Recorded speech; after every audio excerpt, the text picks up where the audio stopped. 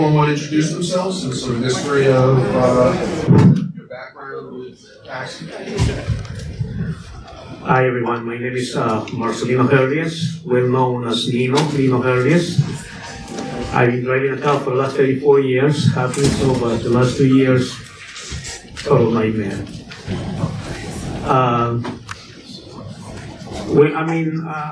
First of all, I'm gratefully and humbly honored to be here and to express our sentiments and thing that is going on in our industry. We say, on behalf of thousands of people that are behind me, we want to get a solution in the most civilized manner. But what we keep saying is, you can only oppress people so much. One day they will arise, and when they do, the picture ain't gonna be nice. Thank you. Thanks, Nino. Good evening. Good afternoon. Sorry. My name is Gloria Guerra.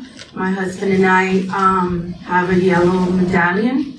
I'm here on his behalf and on behalf of all those medallion owners that has been struggling due to the fact that Uber has come into a territory when the city had sold us a franchise.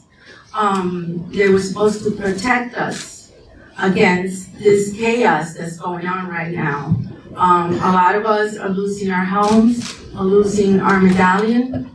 In 2014, they sold medallions for $1.4 million, which most of them were supposed to be for wheelchair accessibility. Today, my husband and I are facing a big struggle. He's ill. When he bought his medallion, he was 28 years old. Today, he's 62 with a long list of health issues. I shouldn't be sitting here today. I should be in Florida with my husband. We put our children to school. We work hard. We never took a penny out of our medallion because we need it now. Not back then, take extravagant vacation. No, we raised a family. We bought a home. We thought we did it by the book. Today, my husband, I'm here because he's trying to push that cab up there. He's very ill, and he's still pushing the cab because nobody wants to take his medallion. He's a wheelchair accessibility. I have tons of paperwork on his health issues. I wrote tons of letters to the TLC expressing my concern that with all his health issues, he cannot put down a ramp, push a wheelchair. You're talking about a man that has 3 stents, diabetes, lost his youth driving that cab just to make a living, okay? Have a home, raise his kids, and now it's his time to enjoy his grandchildren and for us to enjoy life. But unfortunately, every day it looks worse. And I don't know, I don't have anywhere else to turn at this point. Thank you. Thank you. Good afternoon, everybody. My name is Sergio Cabrera. I'm a medallion owner. I've been an owner for about 20 years. I'm a New York City taxpayer, and like many of you, maybe you don't know what the full story is, but as taxpayers, the yellow taxi industry is the public option of New York City. The only reason why we are holding Uber at bay, or maybe they're having some troubles, is because we're still out there fighting. If New York City loses the yellow taxis, you're going to have a private company doing whatever they want. Those $5 rides that you're getting in some of these app companies, they're not going to be $5. People need to think about whatever choices they're making right now. The yellow taxi industry is not, we're not saints, it's not perfect, but for New York City, it's been doing the job for 80 years. Thank you. So I know Councilman Rodriguez was here today, and he expressed some support for the industry, for the yellows, and seemed interested and enlightened by what was said here today. So everyone should pat themselves on the back for participating in this, and hopefully we made some change today. But that being said, he wants to understand what is regulatory parity. Because that's what we're asking for, is just regulatory parity. So I'm going to ask the panel to them, what is regulatory parity? What would make the regulations such that Yellow can compete with Uber, who is completely unregulated and completely operating, as we all know, in the Wild West, and using the New York streets as their playground to do whatever they do. And we see all the news daily coming out, Uber this, Uber that, from the corporate office to the city, to Los Angeles, to San Francisco, to everywhere, to Austin, all the problems, everything they're doing. What would make it worthwhile for Yellow to be back in business here in New York? Nino, you want to start? We say level the playing field. What it is when we purchased this medallion, it's a license. We call it Medallion. Came with certain rights. Among them, we were the only one to give on-demand service. So then the city said, well, on-demand service is great. You got to buy a Medallion. They sold us recently for close to $1 million. And on-demand service means whenever you're ready to travel, we're there for you. You hail, now with the technology, you e-hail, and we're there for you. That same right, on-demand service can be given to somebody else for free. We say for free because they don't have to pay anything. So therefore, right there, it's a total, in the most friendly way, without using any Irish term, unfair competition. That is more to it. Unfair competition. I have a lot to say. Uber has no rules, no regulations. They pay no fees. They do whatever they want. They're ex-taxi drivers hustling the streets of New York, passing by. Because my husband and I went into the city for dinner, and we had a couple of Uber guys just passing by us. Do you need a ride? What was his reaction? What you're doing is illegal. We bought the right to street hail, and e-hail and a street hail. And trust me, I love technology, and I worked in technology. I used to be an ex-computer programmer. Therefore, I love technology. That technology should have been sold to the TLC for the yellow taxi industry, because that's what we bought. We bought the exclusive right to street hail. We paid millions of dollars. We're highly regulated. Let me tell you something. You don't pay a fee, they stop your meter. Your license gets suspended, in a minute, you cannot work. Your license is not working. Uber, they do whatever they want. You have criminals behind the wheel. You guys don't know this, but in order for you to be a New York City yellow taxi driver with a medallion, Jesus Christ, they want to know your whole entire history. You have to bring us positions if you were arrested. Your license gets checked all the time. You have to go for drug tests every 2 years. You have fees to pay. Let me tell you, we pay 50 cents to the MTA, all right? We get nothing out of that. Okay, the passenger pays for it, but who's paying when you process through a credit card? I'm paying it, because I'm paying for those 50 cents when it processed through a credit card, and also the 30 cents. So why is it that we have all these rules and regulations, and Uber is above the law? And that's what is my concern. Because today is the taxi industry, tomorrow it's something else. And if we allow this to continue, mark my words, it's going to be chaos. It's going to be, like one of my people said before, a tsunami that cannot be controlled.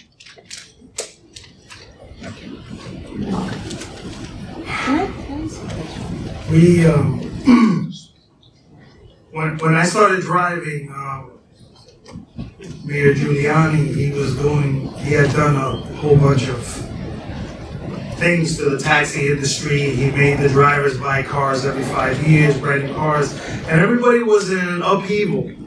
And, looking back now, Mayor Giuliani, he wasn't trying to destroy the taxi industry. He was making it better. He wanted to make it a world-class taxi industry with these regulations and all this stuff, all these new things. And the commissioner now, she's taking us back before Giuliani. Okay? They wanted drivers everybody was complaining, they wanted drivers to speak English. So they came up with this just a very simple English test that anyone could pass. Now we don't need to speak English. So the TLC now, what they've done is they've gone backward. Instead of saying to Uber, your drivers need to speak English, you need to also pass the proficiency English test because you're doing basically the same job that the yellow cabs are doing.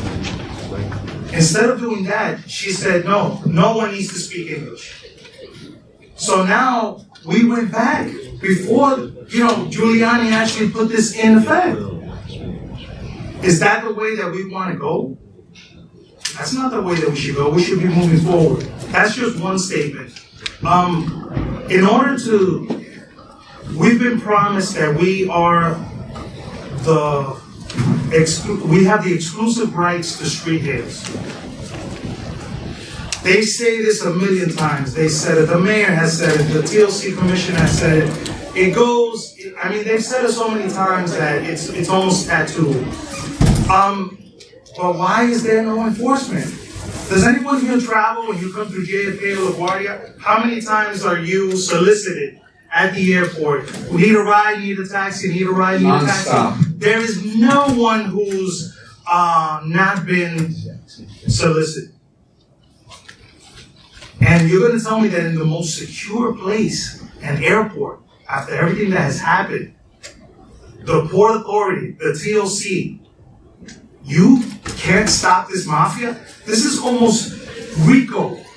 There's a guy that's hustling the passenger, passing it over to the driver, and no one notices the same guy here every day doing the same thing, hours upon hours upon hours. We need zero tolerance. Zero tolerance for all solicitations, illegal street hails at the piers, at the Javits Center, at the train stations, everywhere that it's happening. We need the TLC to step up. This is going to send a message. If you want to pick up on the street, you have to be yellow. This is going to put a little shiv on our leading wounded leg. This is only one little thing. How can you help the taxi industry when we're regulated by the TLC? We don't make any decisions. We own Medallions. We can't decide what car we drive. We can't decide what color we want. We can't decide what hours we work. We don't do any decisions. We want this to get out there. We don't make any decisions. You want to blame taxi owners for whatever problem you have with the yellow? No, this is the city. Your drivers don't speak English. Hey, the city knows this. The city is the one that has to, get the requirements up there. It's not up to us. We need for the city of New York to open up to our suggestions. We need cars that hold 5 passengers. If we have third row seating, we could have a 5-passenger vehicle, a 6-passenger vehicle. We cannot be restrained by the taxi of tomorrow. Have you ever asked yourselves, what was the criteria for this car? There hasn't been a worse car to drive a cab in all the time that I've been driving. Sure, it has a lot of space in the back. A quart of transmission oil costs $25. If you don't use that, you void the warranty on this vehicle. I have a wheelchair accessible vehicle. It's very bumpy. It feels unsafe. I actually drove in the back, someone was taking me somewhere, and it feels unsafe. How did this vehicle become the taxi of tomorrow? Somebody went to London and said, oh, we're gonna do like London. Hey, London is London. New York is New York. We need to have freedom to be able, the best car for the job is going to come up because so many people have cabs. When a car shows that it's the best vehicle for this job, that's the car that everybody buys. That's the car that everybody buys. We have to stop fighting with the TLC. I told the Commissioner, why is it that everything has to end in a lawsuit? Why does everything have to end up in a lawsuit that the taxi owners have to sue the Taxi and Limousine Commission? I bought a Medallion. I paid hundreds of thousands of dollars, and I can't even decide what car to drive. I don't have that option. I was forced to buy this car. It's not a good car. We need to open this up a little more. We need to be aware of the drivers and the owners, the people that are actually out there on a daily basis. We need to be let go of all these regulations. We need these regulations to be not to be mandated, because we actually need to make some of these decisions, because we're the ones that know what we need and what we don't need. There's 1,000 things. I mean, I could go on all day, but I'm going to allow, to move on. But we need the TLC to get off our backs a little bit. Well, in short, with everything that he has explained, the TLC, with the consensus of the City Council, micromanage our business. That we have no say. We only follow orders. And then anything that is going on up there, the blame comes to us. Because it's obviously that the public don't know much, so they're never gonna blame TLC or City Council. And what is going on actually is so detriment what is going on right now. Previous administration and commission, they respected, they understood about the yellow taxi industry. Now, the question is, what is going on? What really is going on? This is total nonsense. Okay, well, I just want to turn it over to the question here. Commissioner from the TLC, so here you go. Thank you all for speaking today. I have a question for the board. You said when you bought that Medallion in 2014, it was valued at $1.4 million? No, I didn't buy mine in 1214. I bought mine in 1980. I'm sorry, not 2014. My mistake. Yes, you bought it in 1990. 1984. And that was how much? That was $83,000. Do you know what it's worth today? Today, there's no value. Zero. I have no one that wants to take my Medallion because it's wheelchair accessibility. So the minute you get on the phone, and they just want to give you $1,200 if it's not wheelchair accessibility. The other problem is, besides that, my husband doesn't have the energy to drive anymore. He can't sell it either because there's no value. There's no value and no brokers want to take it. As a businesswoman, what do? I just lost $1.4 million if I would have sold it in 2014. That's right. All right. So 2014, you're saying it was valued The at $1.4 TLC sold Medallions for $1.4 million, and they knew that Uber was coming. Come on. They knew Uber was coming in. They changed all the rules and regulation. Our elected officials are looking like to the side, not realizing that they are destroying a perfectly working industry that have been in place for 80 years. We have rules, we have regulations, we pay high fees. I just had to pay $2,000 to renew my Medallion, plus the city stamp $500. For 6 months. Just to run my Medallion. Now I want to know, how much does Uber pay to put a car on the road?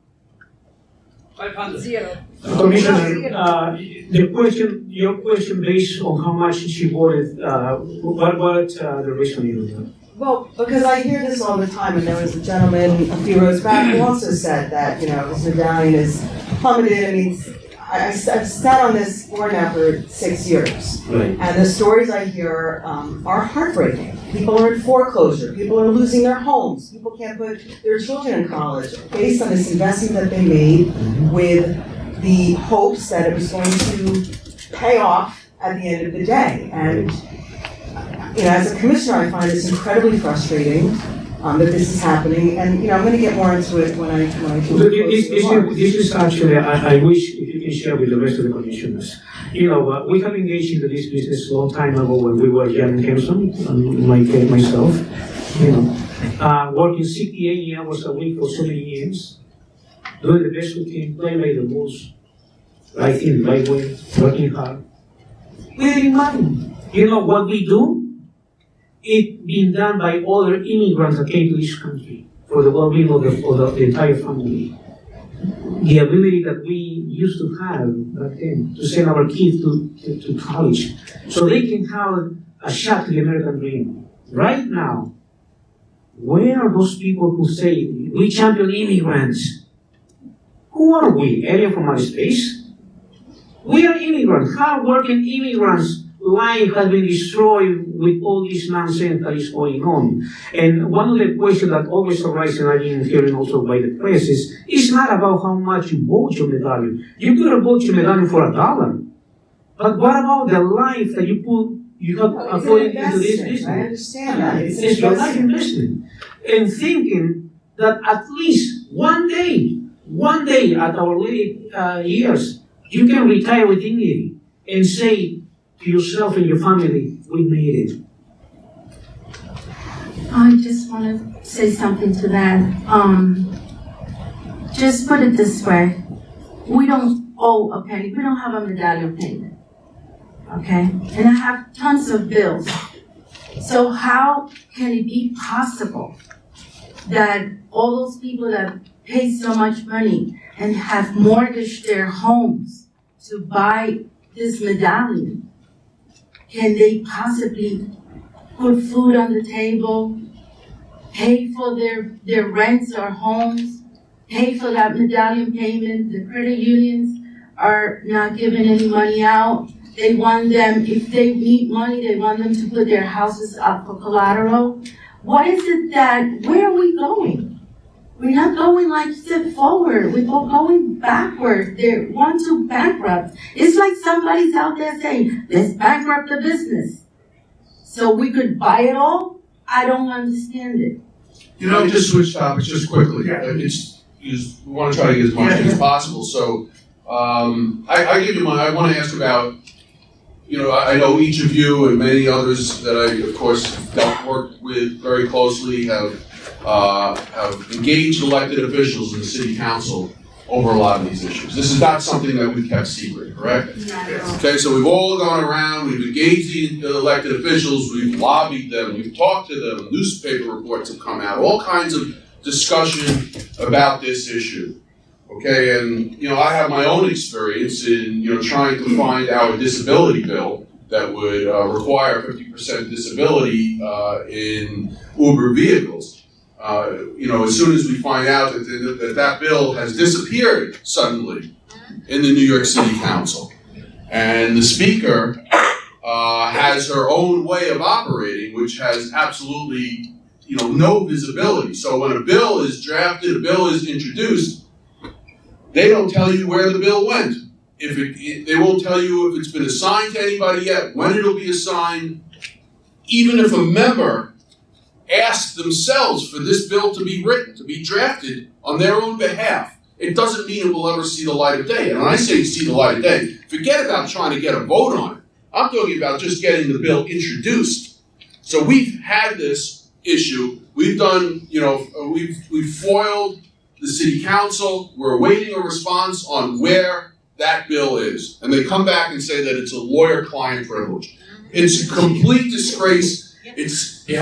Democracy is not at play in this city.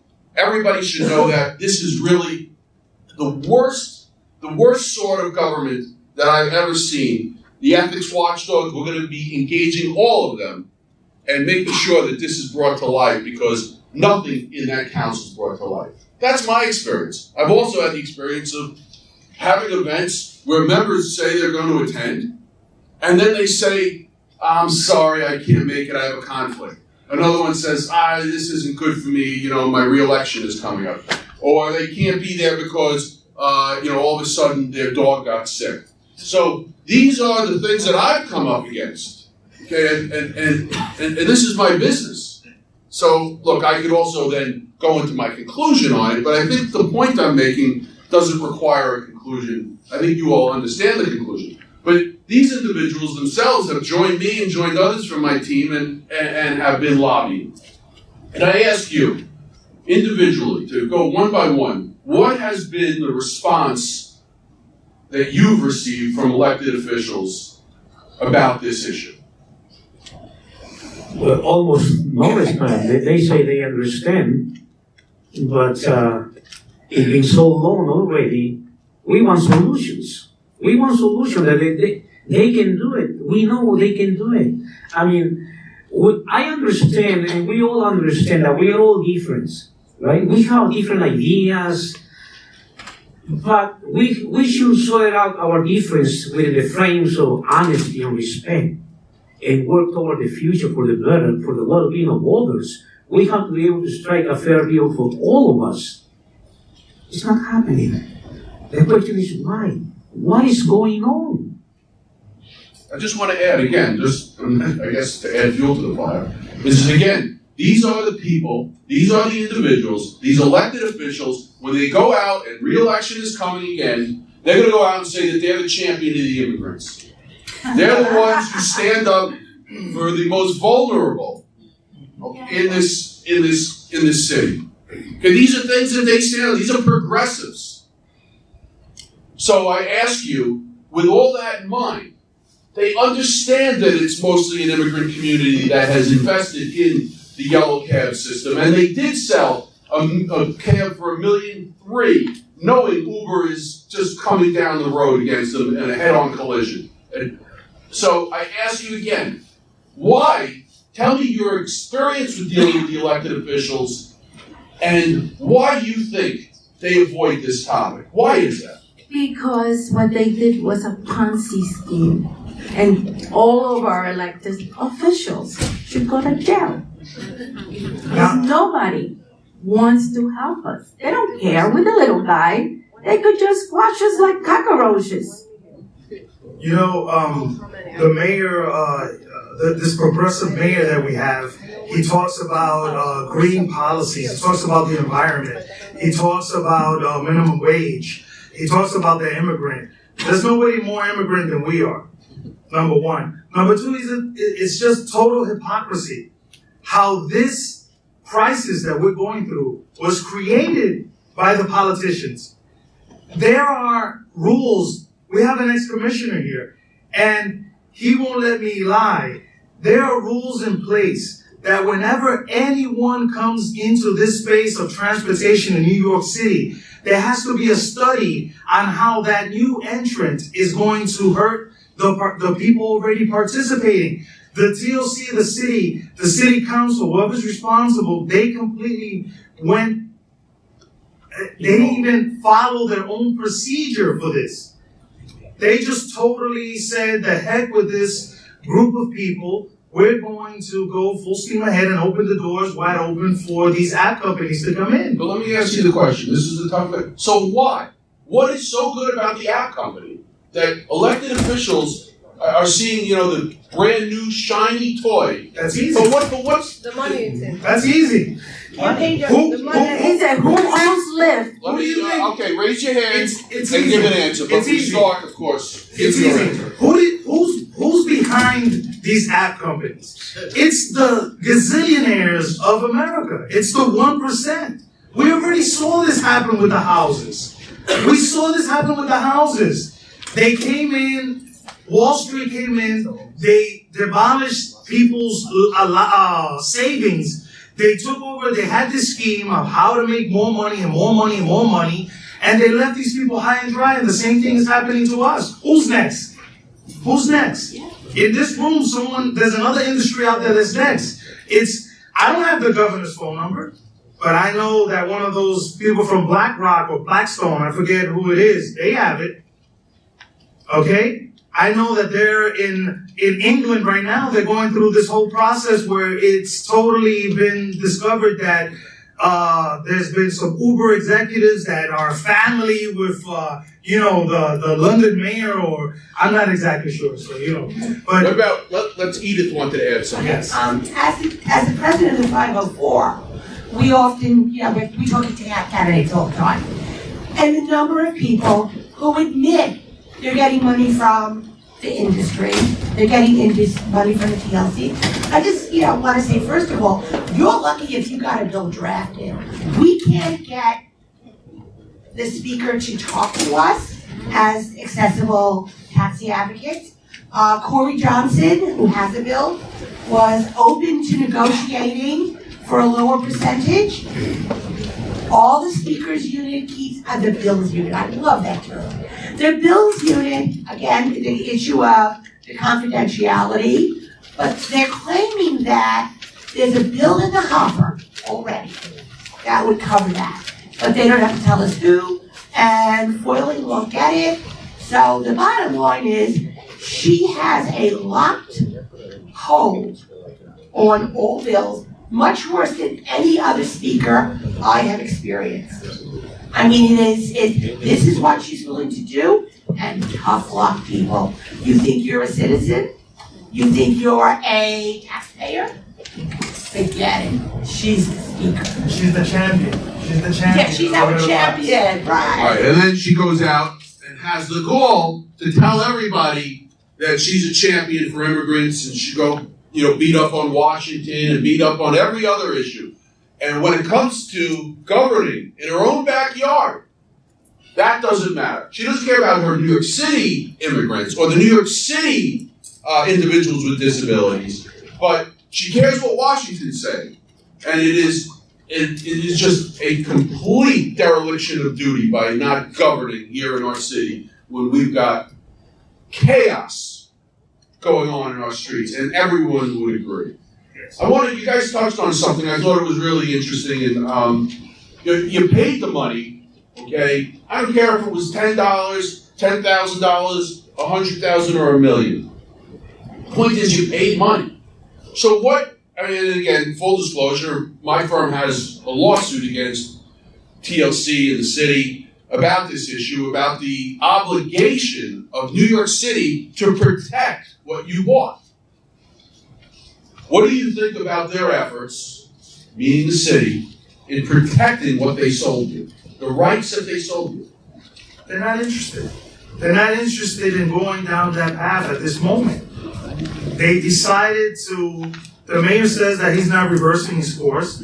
They're not taking any steps that we have said to them to try to prop up our industry a little better. We had a hearing on April 6th where there were more than 100 or 200 speakers, and the only thing the commissioner got out of that was that she needed to have a tipping option for the Uber people. Are you kidding me? We're talking to you about we're losing our livelihoods. You bankrupt this industry because of your irresponsibility and your hypocrisy. How does 70,000 vehicles mesh with environmental problems? You have 107,000 vehicles on the road fighting for the same amount of passengers. That's static. It doesn't go up. It's the same number of passengers every day.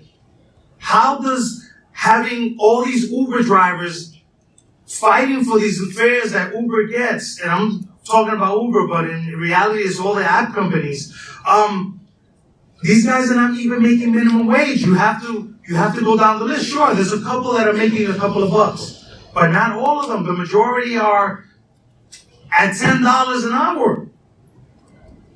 Or less. Or less. I mean, how does having Vision Zero? This guy has come out with Vision Zero. He's a genius. He's gonna stop all these. It's great. I agree. I think it's a fantastic thing. But How can you stop that when you add 70,000 new vehicles on the road? You've just narrowed all the streets to allow the bicycles, which is also great.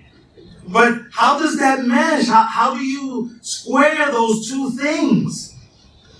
You don't want to meet with us? We're taxpayers of the city. Why wouldn't you want to meet with us and hear what we have to say to you? Are you ashamed of what you're doing? They should be ashamed. They've taken an 80-year industry and bankrupted. We've never asked for. We collect 50 cents from every ride. Why do we have to give money to the MTA? Why are we giving money to the MTA? What do we have to do? What does a passenger have to do with the MTA? Right now, this money should be used in a fund to back the yellow taxi industry. Okay? The 30 cents, I see Edith here, I didn't see her earlier. They fought long and hard to get these 7,000 handicapped taxis. And I've had people in my cab, I have a wheelchair accessible vehicle, and they say to me, this has changed my life. Because I could go anywhere I want now. I call a cab, you come and pick me up, you guys are so nice, everything. But you know what? Nobody wants to drive these vehicles because it takes up the driver's. An owner is one thing, but the driver is something else. They feel that it takes up a little bit of their time. So let me, again, I'm going to ask a question that everyone knows the answer to. So we have all the fight that went in to get the vehicles for the individuals with disabilities. And then it gets implemented. And it's currently getting one of the greatest movements of all time for any city to be proud of, right? Yes.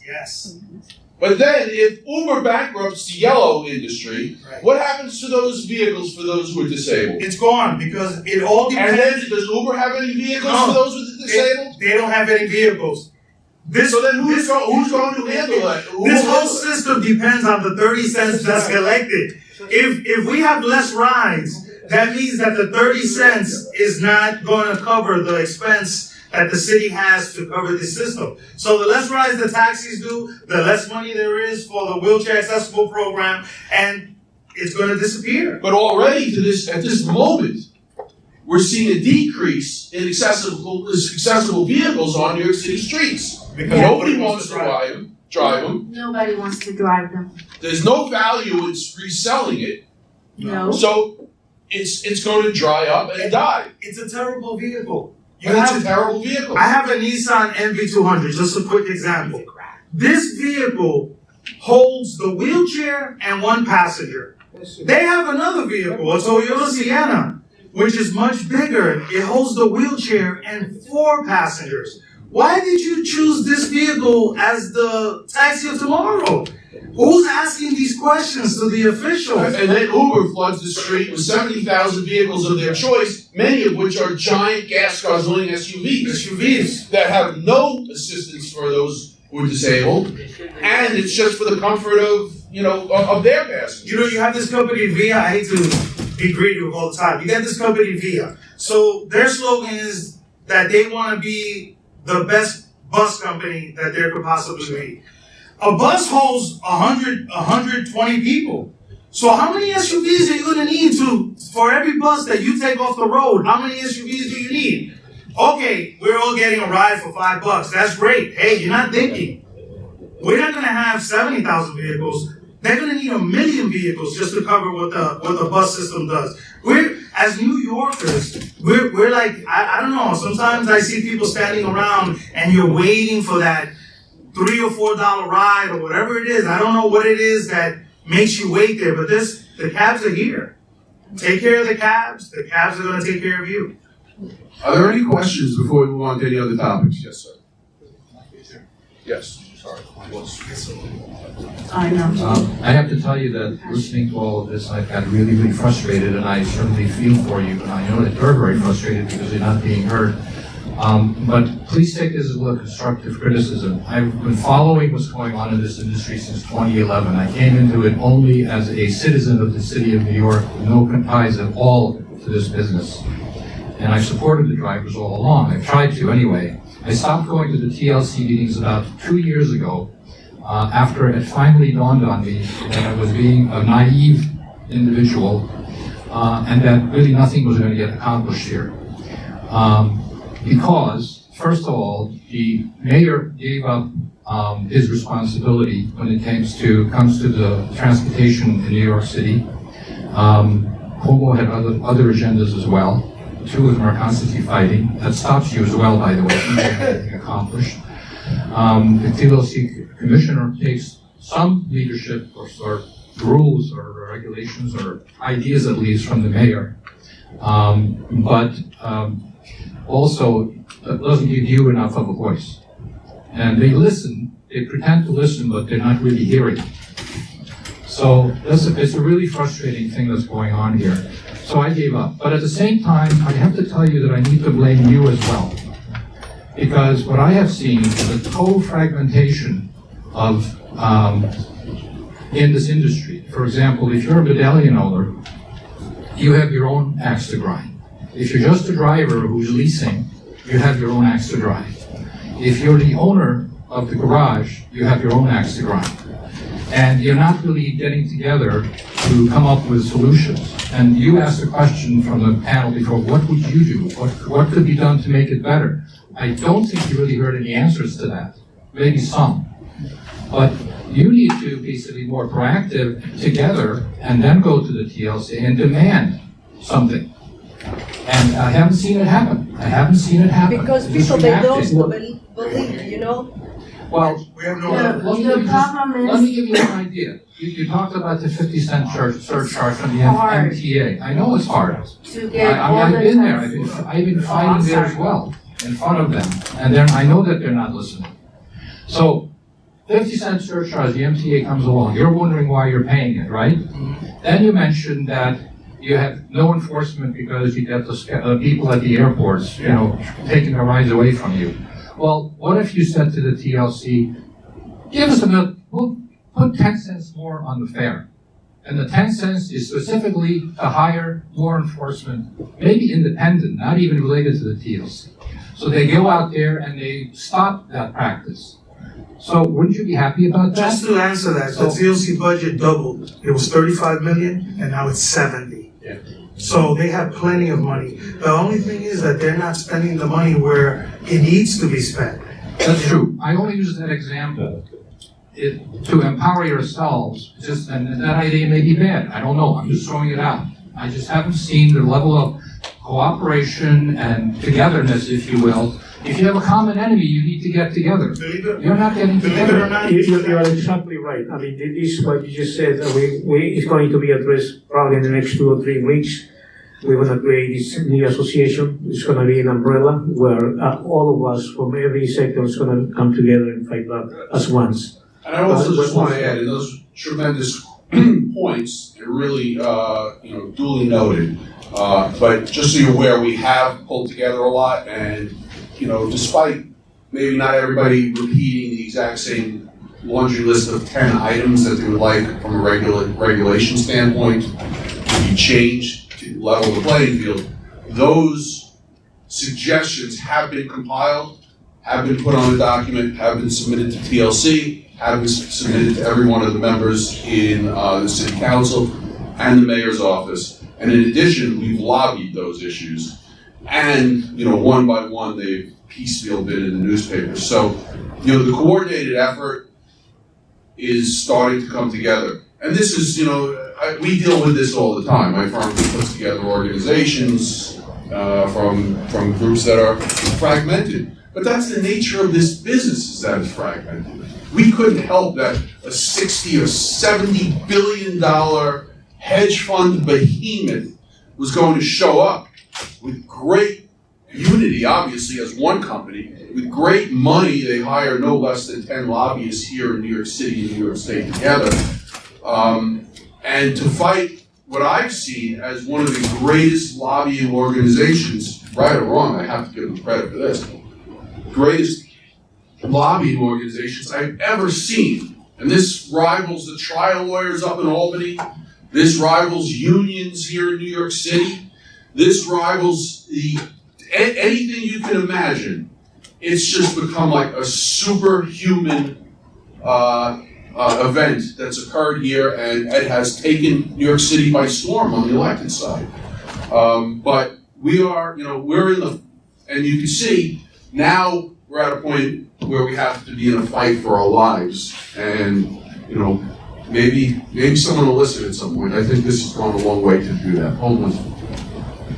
I just wanted to say again, I think that, for instance, even the lobbying exists because of corruption, because if the politicians had to follow the rules of the contract that Medallion owners had for a particular market, they used a technicality to allow all of this influx of other drivers come in, when in fact it's the same on-demand service, that they have let all of these other companies come in without having to invest. The key thing is that Medallion owners had to invest. That would have controlled the industry for the drivers, for the Medallion owners, for the fleets, for everybody, and for the public, without all of this influx of a zillion cars polluting our environment and ruining our city with all of these cars on the street. They have not made the same regulations and the same investment necessary for the same market, because it is the same market. And what they should have done was push the tech industry for the yellow cars, as opposed to saying, you're a street hail and you're an app. They should have pushed technology and made it known that yellow cars have apps, and that you can get cars that way, and therefore everybody else is using apps. They have to invest the same way in order to get the same market, because it's on-demand service. Thank you very much. Brad. Can I just let it get around? I've been working with Brad on this issue. I came in 1981 doing lobbying, working for bodega owners, working for underrepresented folks. We beat Mayor Giuliani's major economic megastore proposal in the 1990s. We stopped Walmart from coming in. In all of those campaigns, we could always count on a handful of elected officials who would stand up against the larger economic forces. This fight against Uber and its imitators has been a remarkable campaign for the absence of elected officials who are willing to stand up and to say no to a $60 billion corporate predator. We don't have them anymore. If you look at the council of the 1990s, Steve DiBrienza, Antonio Pagan, we had all kinds of different individuals who wouldn't be afraid to stand up. Finally, this morning, the council member stood up and said things that needed to be said. But now we have to say, will what he said be translated into political will? That is a $64 question here. And that's what is scary to me, because I don't see among these 20-something council members, and I mean 20-year-old something council members, the ability and the willingness to fight. And that's what we're up against. I have to say something. Thank you. I thought you were just filming this. I love to film too. I think the main idea is whoever behind this all yellow cab go down is Mayor Bloomberg. He has 500 medallions. He sold all of them because he knows what he's going to do. That's all I want to say. Thank you. Okay, thanks. And I just want to add one thing is, again, with Uber, it's not like we're seeing great news come out of their corporate office either. It's not like, we know what they're doing on the streets. We know what the drivers are doing. We know that we know the crimes that are being committed by the drivers. We know the illegal pickups that are going on with the drivers. We know, the harassment at the airports, which I face regularly, and at the train station, by the way. So we've seen it all. But then, on top of it all, you see all the negative stuff coming out of their corporate office, all the violations that they've incurred, all the sexism, the treatment of drivers, the treatment of everybody there, and then you see everybody walking out the door, all their key leaders. I mean, key leaders, all their leaders have walked out the door. I mean, if you know the saying, where there's smoke, there's fire. I mean, this has got to be a complete inferno going on over there. And with all that, we see no action. Our speaker, my final words on this, is our speaker, Viverito, should be absolutely ashamed of herself for what she's done to block any progress to save the yellow cab industry. When she looks back on the history of what she's done, maybe is in her hopes, I know, as governor of Puerto Rico. Let's go, joke. That's her goal. And God bless. Let's take her and I'll pay to take the one-way ticket personally, and you can hold me to that. To send her there. I just wish she would do it during her term. So she has single-handedly destroyed this. The mayor's done nothing, but the mayor tried to stand up at one point, but got no cover from the council. No cover whatsoever when he wanted to cap Uber, which would have been the right thing. It was the right thing, and he was standing by the people who had been around this city the longest, who had been serving the people of the city.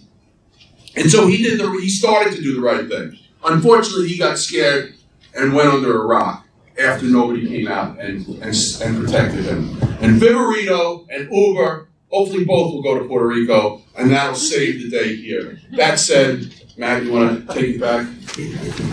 Thanks for everything you did.